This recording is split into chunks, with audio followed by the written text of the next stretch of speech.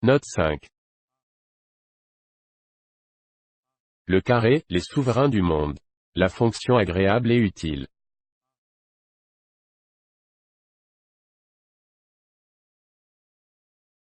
Ce n'est pas encore cela. Encore une fois, cher lecteur inconnu, je m'exprime comme si vous étiez.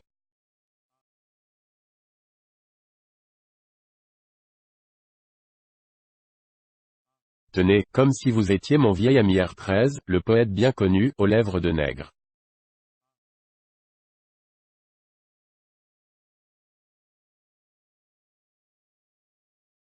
Et vous, habitants de la Lune, de Vénus, de Mars, de Mercure, qui sait ce que vous êtes et où vous êtes?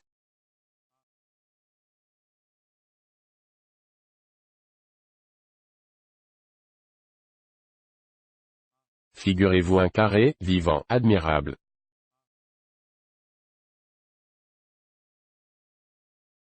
Qui serait obligé de parler de lui, de sa vie.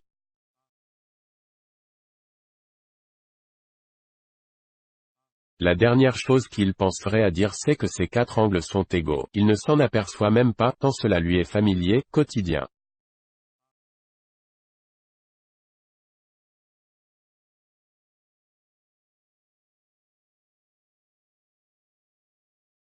Je suis tout le temps comme ce carré.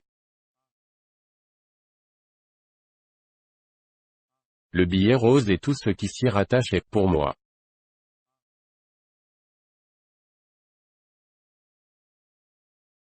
Ce que l'égalité de ces angles est au carré, mais pour vous c'est peut-être plus obscur encore que le binôme de Newton.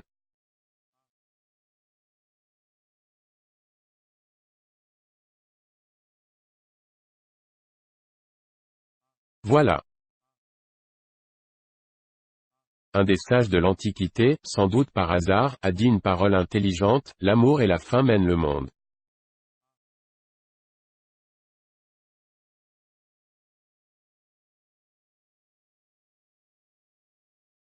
Par conséquent, pour mener le monde, l'homme doit dominer ses deux souverains.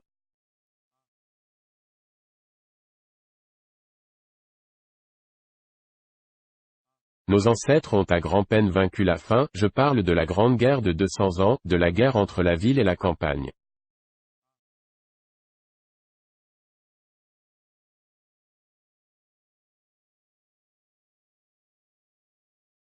Les sauvages paysans, sans doute par préjugés religieux, tenaient beaucoup à leur pain.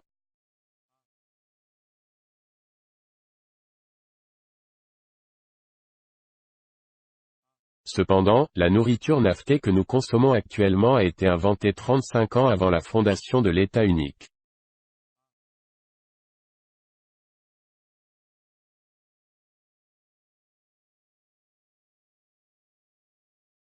Ce qui eut pour effet de réduire la population à l'échelle du globe aux 2/10 de ce qu'elle était.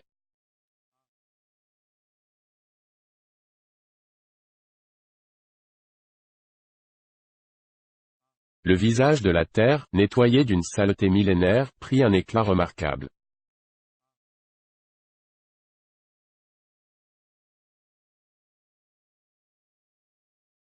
Et les survivants goûtèrent de bonheur dans les palais de l'État unique.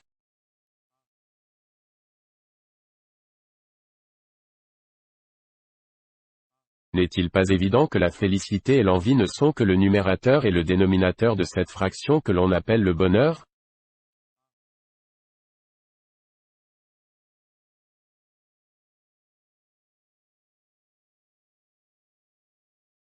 Quel sens auraient les innombrables sacrifices de la guerre de 200 ans si l'envie existait toujours?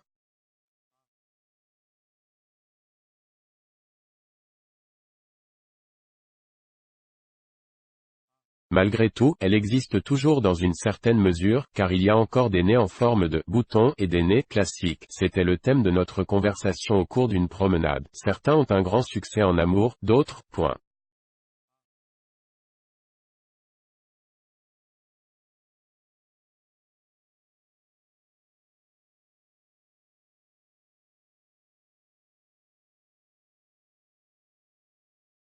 Après avoir vaincu la faim, ce qui algébriquement, nous assure la totalité des biens physiques, l'État unique mena sa campagne contre l'autre souverain du monde, contre l'amour.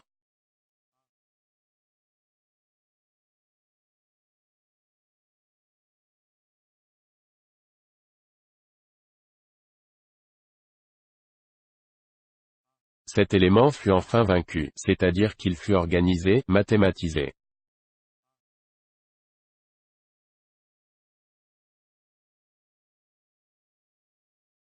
Et, il y a environ 900 ans notre lex sexualis fut proclamé, n'importe quel numéro a le droit d'utiliser n'importe quel autre numéro à des fins sexuelles.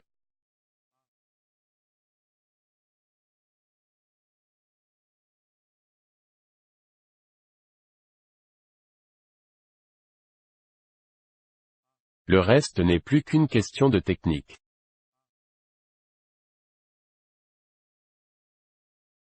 Chacun est soigneusement examiné dans les laboratoires du bureau sexuel. On détermine avec précision le nombre des hormones de votre sang et on établit pour vous un tableau de jours sexuels.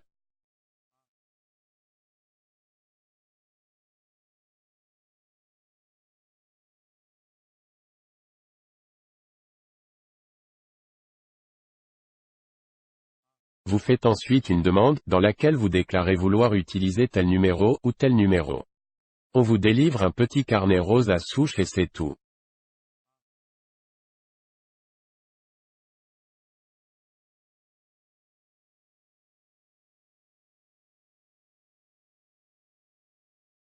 Il est évident que les raisons d'envier le prochain ont disparu.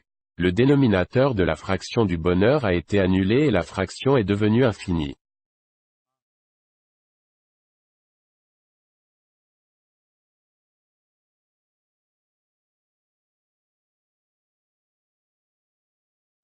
Ce qui, pour les anciens, était une source inépuisable de tragédies ineptes, a été transformé par nous en une fonction harmonieuse et agréablement utile à l'organisme.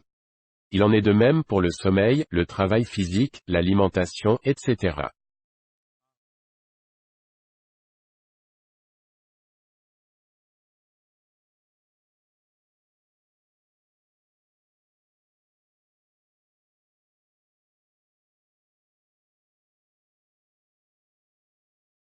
Vous voyez combien la grande force de la raison purifie tout ce qu'elle touche.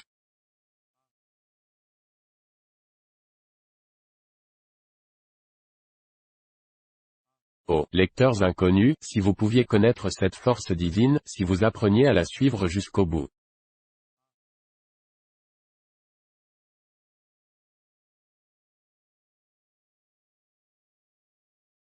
C'est étrange, je pense aujourd'hui aux sommets les plus élevés de l'histoire humaine, je respire mentalement l'air très pur des montagnes, et malgré tout, au fond, je me sens nuageux, plein de toiles d'araignée et oppressé par un X.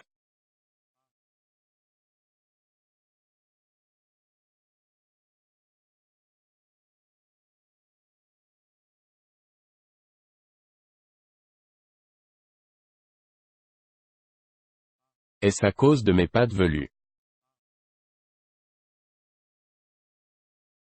Parce que je les ai eues pendant longtemps devant les yeux?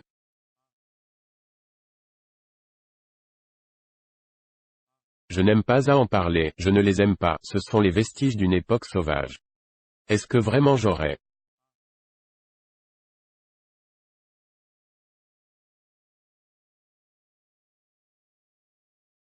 Je voulais rayer toutes ces réflexions car elles dépassent les limites de mon chapitre.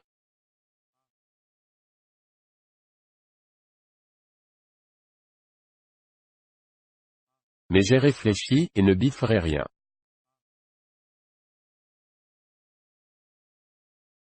Que mon journal, tel un sismographe sensible, donne la courbe de mes hésitations cérébrales les plus insignifiantes. Il arrive que ce sont justement ces oscillations qui servent de signes précurseurs.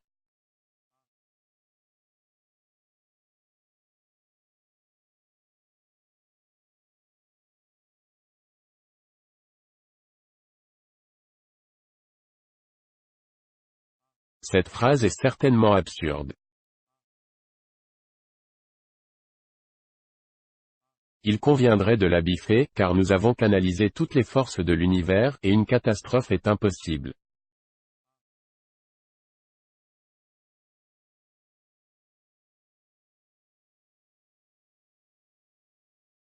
Tout maintenant m'est parfaitement clair.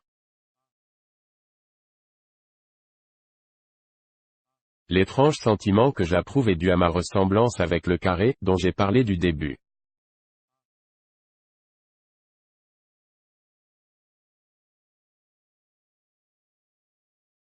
Il n'y a pas d'X en moi, cela ne se peut pas, mais je crains qu'X ne reste en vous, lecteurs inconnus.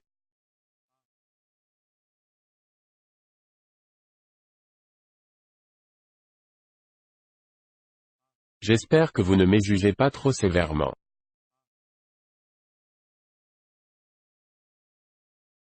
Vous comprendrez qu'il m'est plus difficile d'écrire qu'il ne t'a jamais été pour aucun auteur au cours de toute l'histoire de l'humanité.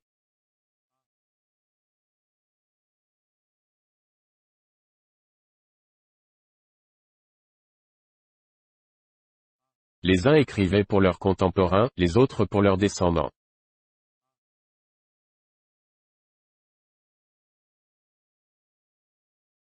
Mais personne n'a jamais écrit pour ses prédécesseurs éloignés et sauvages.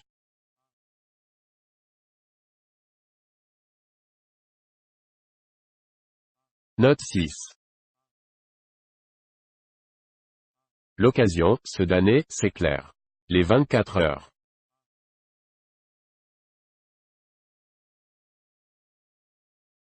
Je le répète, je me suis imposé l'obligation d'écrire sans rien cacher.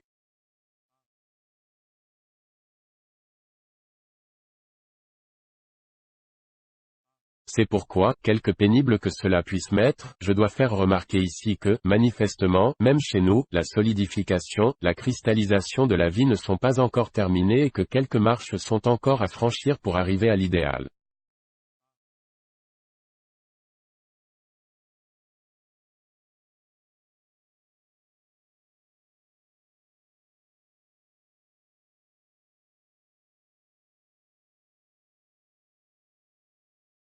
L'idéal, c'est clair, sera atteint lorsque rien n'arrivera plus, malheureusement.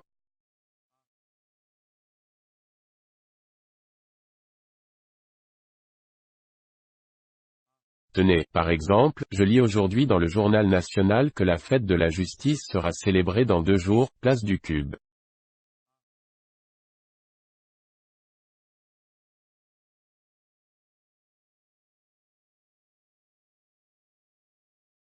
Quelqu'un a donc encore troublé la marche de la grande machine de l'État, un événement imprévisible, incalculable, est encore arrivé.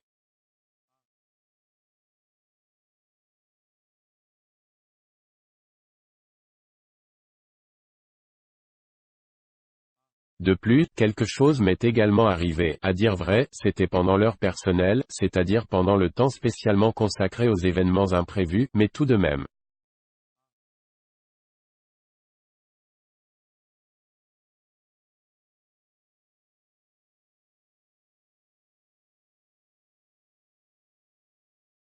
Vers 16 heures, exactement à 16h moins 10, j'étais à la maison.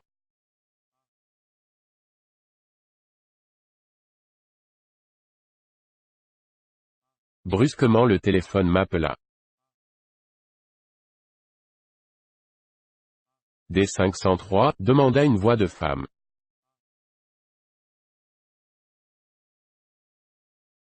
Oui. Vous êtes libre.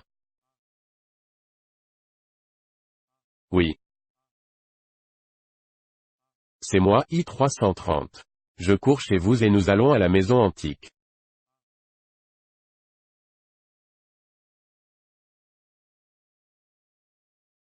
C'est entendu? I330. Cette I m'énerve, me répugne, m'effraie presque.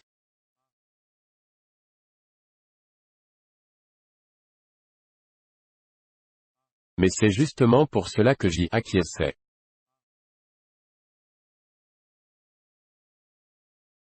5 minutes plus tard, nous étions dans l'avion.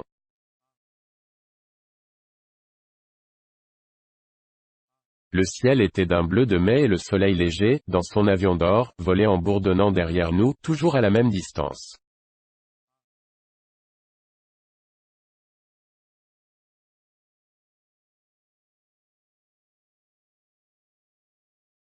Devant nous, un nuage blanc s'étalait, inepte et joufflu comme un Cupidon d'autrefois, cela gênait un peu.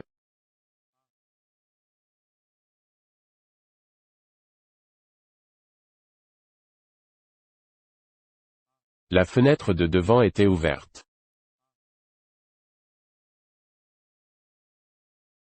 Le vent séchait les lèvres. J'y passais involontairement, la langue de temps en temps et pensais sans cesse à ma voisine.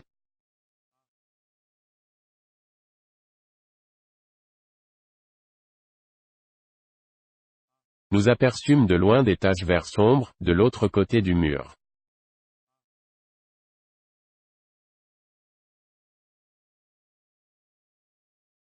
Puis nous éprouvâmes une légère faiblesse de cœur, nous descendions comme sur une pente raide et nous nous trouvâmes près de la maison antique.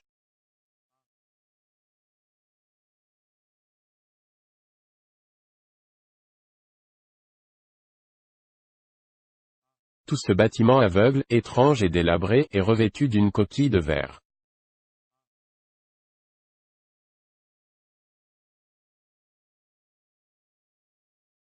Sans laquelle il se serait écroulé depuis longtemps.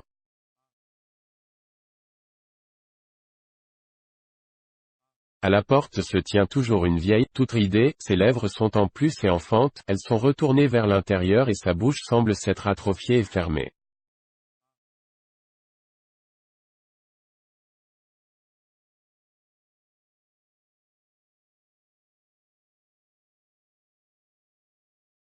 Il paraît tout à fait invraisemblable qu'elle puisse parler.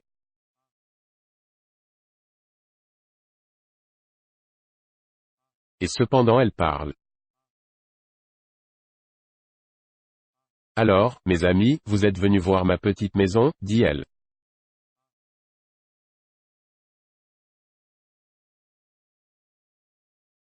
Et ses rides brillèrent, c'est-à-dire qu'elles se réunirent en faisceaux convergents, ce qui fit croire qu'elles brillaient.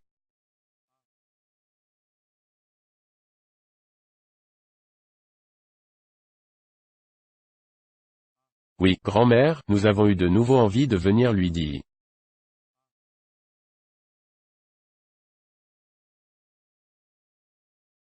Ce qui l'a mis en joie, il y a le soleil, hein?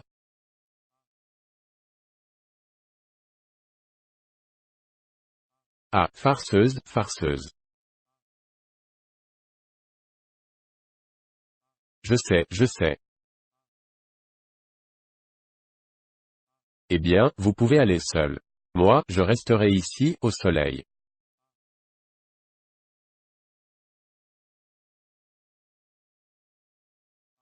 Ma compagne vient sans doute assez souvent ici.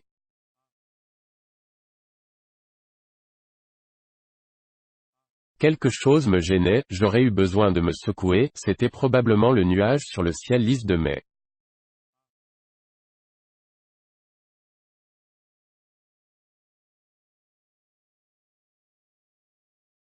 Je l'aime, cette vieille, dit en montant un escalier large et sombre.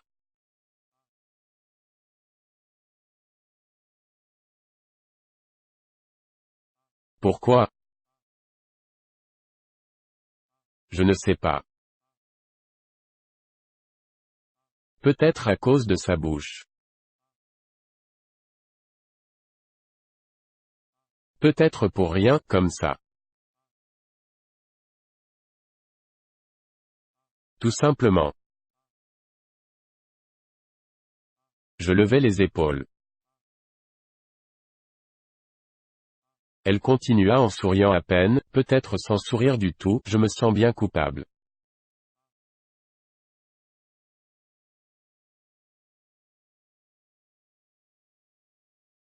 Il est clair que l'on ne doit pas aimer, tout simplement, comme ça, mais, à cause de quelque chose.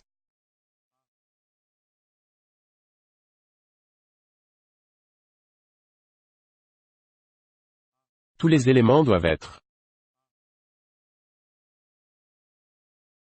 C'est clair, commençai, mais je m'aperçus tout de suite que j'avais laissé échapper ce mot et je jetai un regard sur ma compagne pour savoir si elle l'avait remarqué ou non.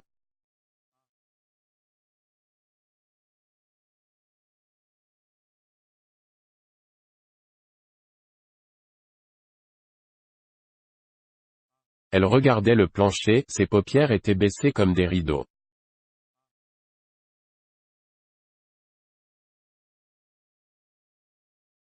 Une pensée me vint subitement. Vers 22 heures, sur le boulevard, parmi des cellules vivement éclairées d'autres sont toutes sombres, les rideaux tirés. Et là, derrière ces rideaux.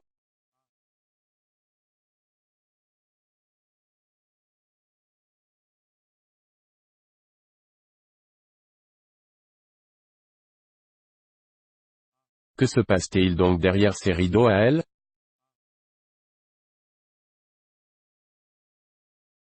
Pourquoi m'a-t-elle téléphoné aujourd'hui? Pourquoi sommes-nous venus ici? Pourquoi tout cela?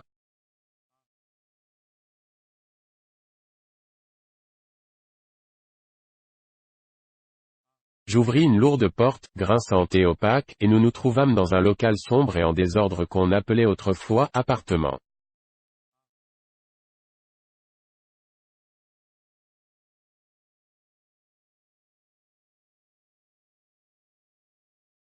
Il y avait là-dedans une variété sauvage, inorganisée, folle, comme leur musique, de couleurs et de formes, et, parmi ce désordre, cet étrange instrument de musique, un piano.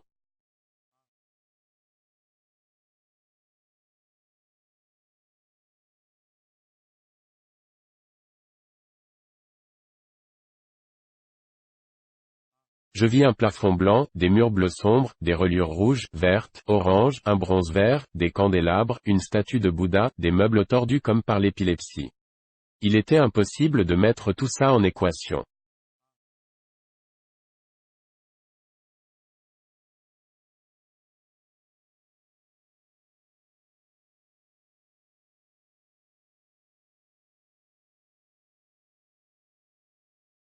Je supportais ce chaos avec peine. Mais ma compagne était, apparemment, beaucoup plus résistante.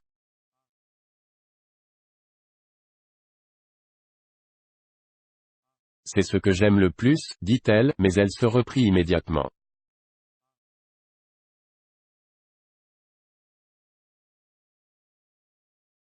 Et me montra son sourire mordant.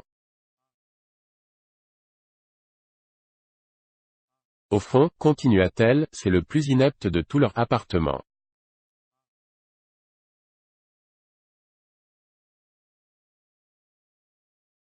Ou, plus exactement, de tous leurs états, corrigeai-je.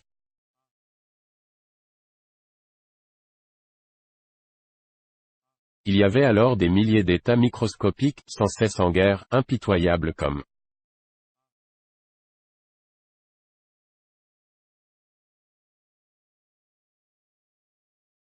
Oui, bien sûr, dit très sérieusement I.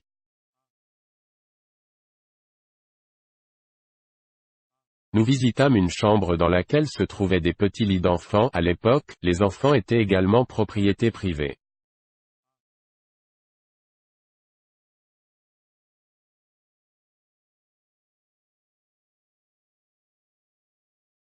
Puis d'autres chambres avec des miroirs brillants, d'immenses armoires, des divans multicolores, une cheminée immense, un grand lit en acajou.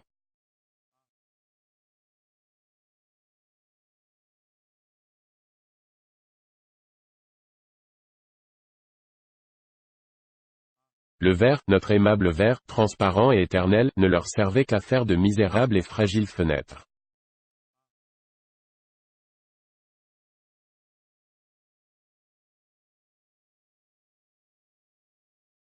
Et dire qu'ici on aimait, tout simplement, comme ça, on brûlait, on se tourmentait, les rideaux de ses yeux se baissèrent encore.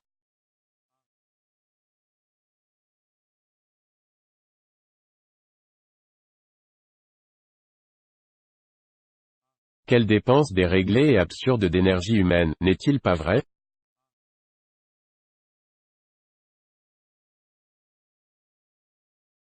Elle semblait parler à ma place, en lisant mes pensées.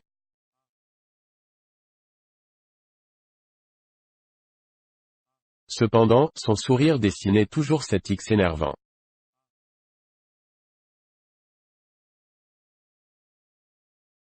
Derrière les rideaux, quelque chose se produisit, je ne sais pas exactement quoi, mais cela me fit perdre patience.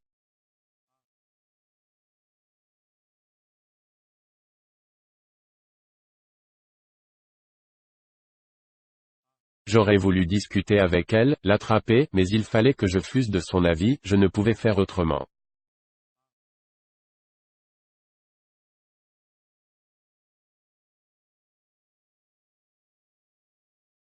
Nous nous arrêtâmes devant le miroir. Et je ne vis que ses yeux. Je pensais que l'homme est constitué aussi stupidement que ses appartements, les têtes des gens sont opaques et non que les yeux comme fenêtres.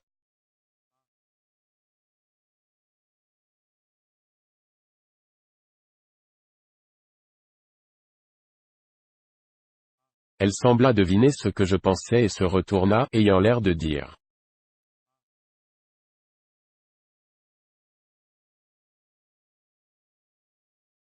Eh bien, les voilà mes yeux. J'avais devant moi 2 fenêtres sombres avec, derrière, une vie inconnue.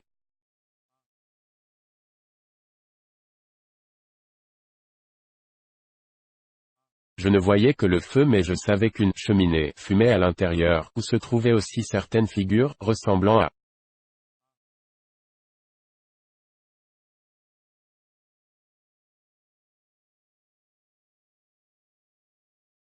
Je voyais là un autre moi-même. Mais qui ne me ressemblait pas, c'était évidemment dû à l'influence opprimante du cadre dans lequel nous étions.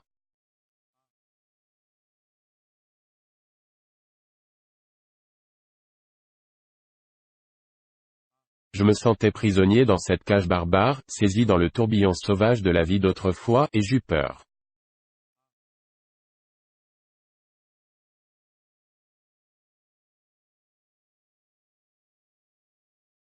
Dites, déclara I. Allez une minute dans la chambre voisine, sa voix venait de l'intérieur, des fenêtres sombres de ses yeux, où la cheminée fumait.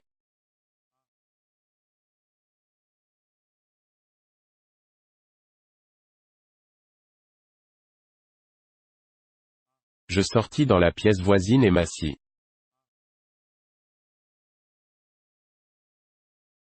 Le buste asymétrique et souriant d'un ancien poète, Pouchkine, je crois, était posé sur une étagère contre le mur. Il me regardait droit dans les yeux.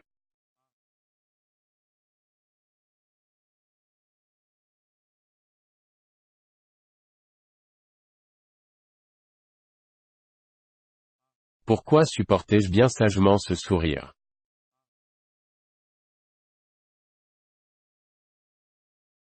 Pourquoi tout cela, pensais-je, pourquoi suis-je ici? Cela ne m'étonne pas de ne pas me sentir à l'aise.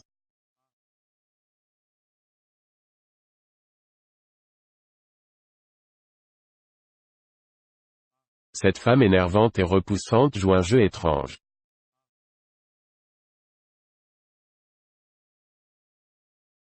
J'entendis, dans la chambre voisine, une porte d'armoire se fermer et un bruissement de soie.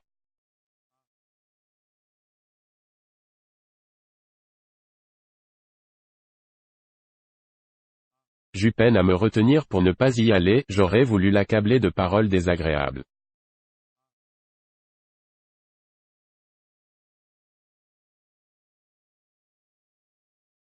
Elle entra, portant une robe courte jaune vif, comme on en portait autrefois, un chapeau noir, des bas de la même couleur.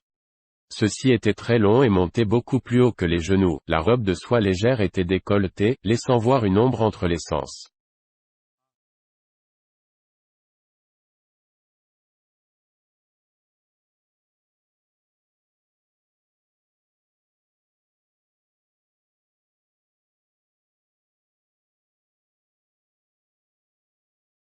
Écoutez, vous voulez faire l'original, c'est clair, mais.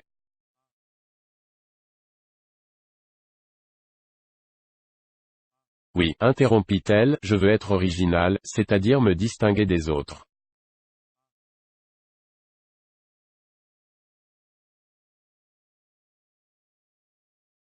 Être original, c'est détruire l'égalité.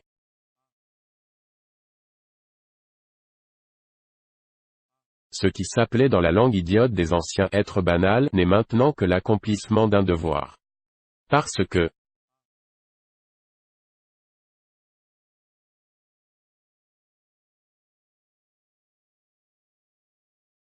Oui, oui, justement, éclatai-je. Mais il n'y a pas de quoi, il n'y a pas de quoi.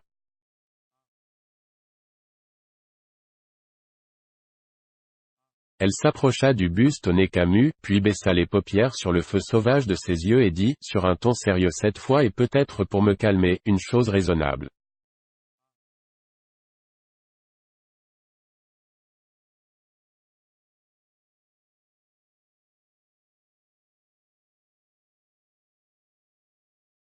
Cela ne vous paraît pas stupéfiant que les gens, autrefois, aient pu supporter cela?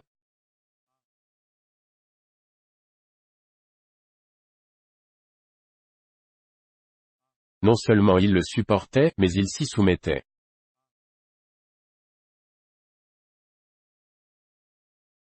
Quelles âmes d'esclaves! Hein?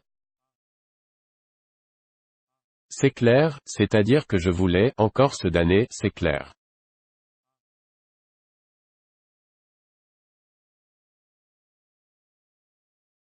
Oui, certainement, je comprends. Mais au fond c'étaient des despotes plus puissants que leur roi couronné.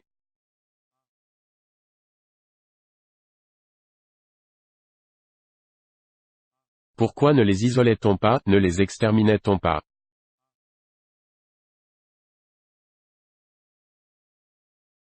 Nous les aurions. Oui, bien sûr. Commençai-je, mais elle éclata de rire, toute tordue par ce rire bruyant, souple comme une cravache.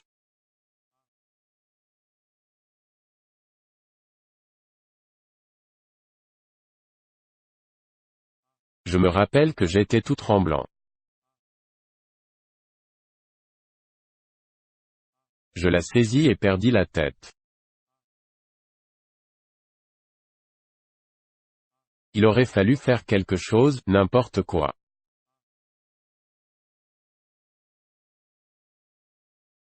J'ouvris machinalement ma plaque d'or et regardai l'heure.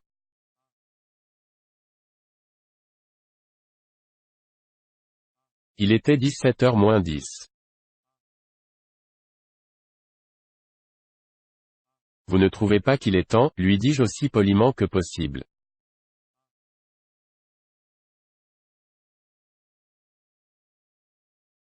Et si je vous demande de rester ici avec moi?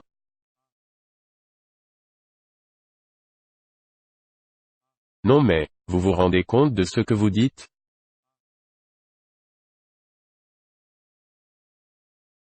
Je suis obligé d'être à l'auditorium dans 10 minutes.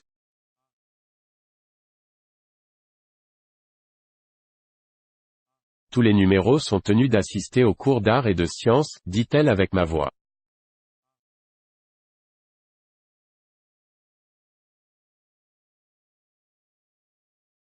Elle leva les paupières, les rideaux remontèrent, à travers les fenêtres on voyait flamber la cheminée.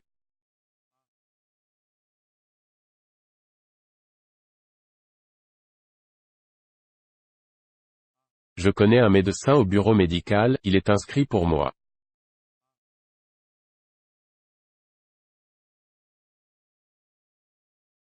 Si je le lui demande, il vous donnera un certificat établissant que vous avez été malade.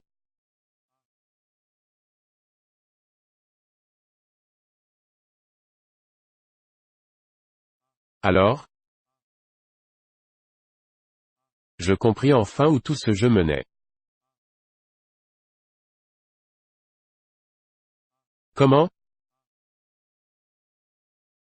Mais vous savez que, comme tout bon numéro, je dois aller immédiatement au bureau des gardiens et...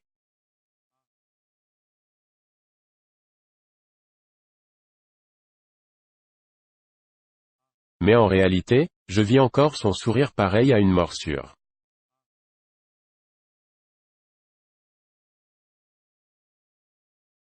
Je suis extrêmement curieuse de savoir si vous irez au bureau de gardien ou non.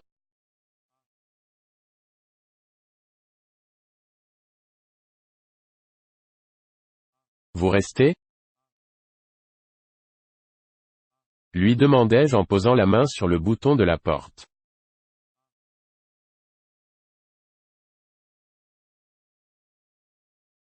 Ce bouton était en cuivre, comme ma voix, pensais-je.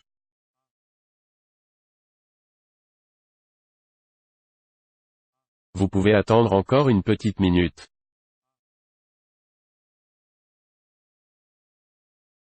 Elle alla au téléphone, appela un numéro, dont je ne me souviens plus, tellement j'étais agité.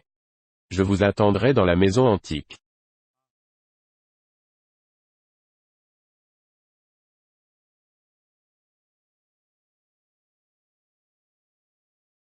Oui, oui, seule, cria-t-elle. Je tournai lentement le bouton de la porte.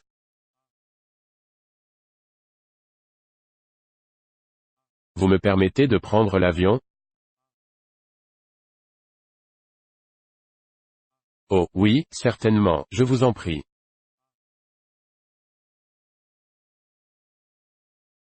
La vieille rêvassait sur le seuil, au soleil, comme une plante.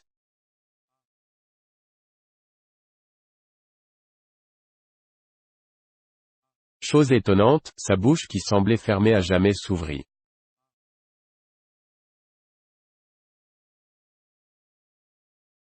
Et comment dire, elle est restée seule?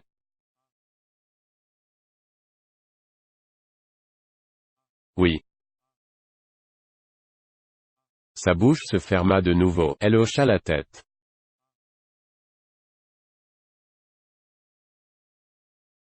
Son cerveau affaibli comprenait évidemment toute l'absurdité de la conduite de cette femme et le risque qu'elle courait.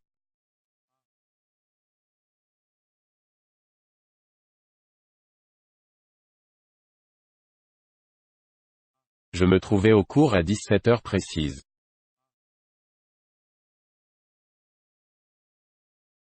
Je compris alors que j'avais menti à la vieille, il n'était pas seul.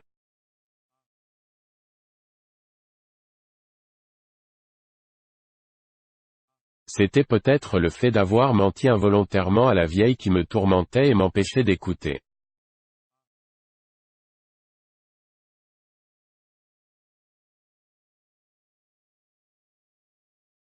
Non, elle n'était pas seule, c'était bien cela.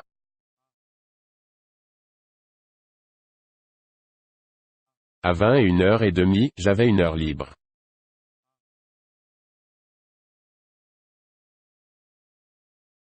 J'aurais pu aller au bureau des gardiens et faire ma déclaration.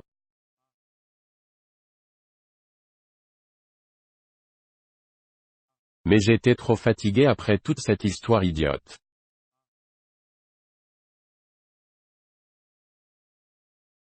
De plus, le délai est de 48 heures.